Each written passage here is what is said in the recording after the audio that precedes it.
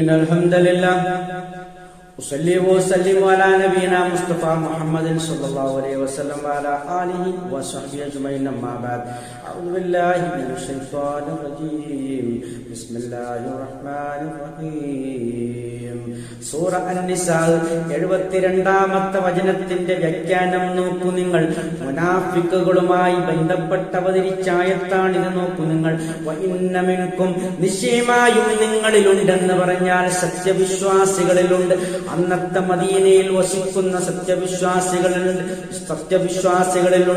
ലമല്ല യുബത്തി അന്ന, മടിച്ചു നിൽക്കുന്നവരുണ്ടെന്നാണ് അല്ലാഹു സുബ്ഹാനഹു വ തആല പറയുന്നത്.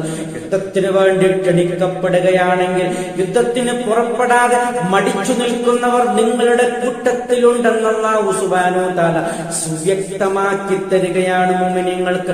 നോക്കൂ നിങ്ങൾ. ഫൈൻ അസ്വാബത്തുകും മുസീബ, ഇനി നിങ്ങൾക്ക് വല്ല മുസീബത്തും വല്ല വിപത്തും നിങ്ങൾക്ക് ബാധിക്കുകയാണെങ്കിൽ ഖാല, അപ്പോൾ ആ മുനാഫിക്കുകൾ പറയും, ഖദ് അൻഅമല്ലാഹു അലയ്യ, ഞങ്ങളുടെ മേൽ അല്ലാഹു അനുഗ്രഹം ചൊരിഞ്ഞിരിക്കുകയാണ്.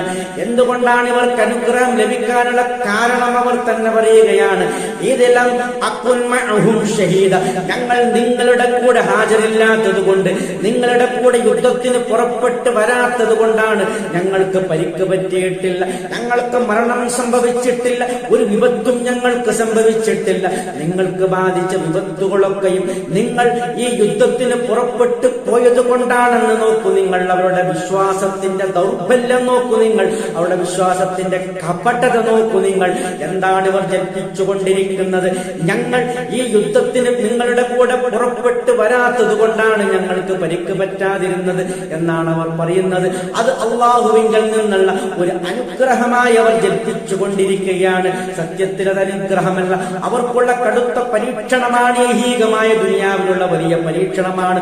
ആഖിറത്തിൽ അവർക്ക് കഠിനമായ ശിക്ഷ അല്ലാഹു സുബ്ഹാനഹു വ തആല ഒരുക്കി വച്ചിട്ടുമുണ്ട്. നോക്കൂ നിങ്ങൾ. ഈ മുനാഫിക്കുകളെ കുറിച്ച് കൃത്യമായി മുഅ്മിനീങ്ങൾക്ക് അല്ലാഹു സുബ്ഹാനഹു വ തആല സുവ്യക്തമായി വിശദീകരിച്ചു കൊടുക്കുകയാണ്, പഠിപ്പിച്ചു കൊടുക്കുന്ന ഒരായത്താണ്.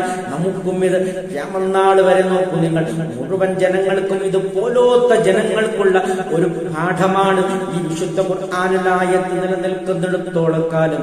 ആഖിറു ദഅവാനാ അൽഹംദുലില്ലാഹി റബ്ബിൽ ആലമീൻ.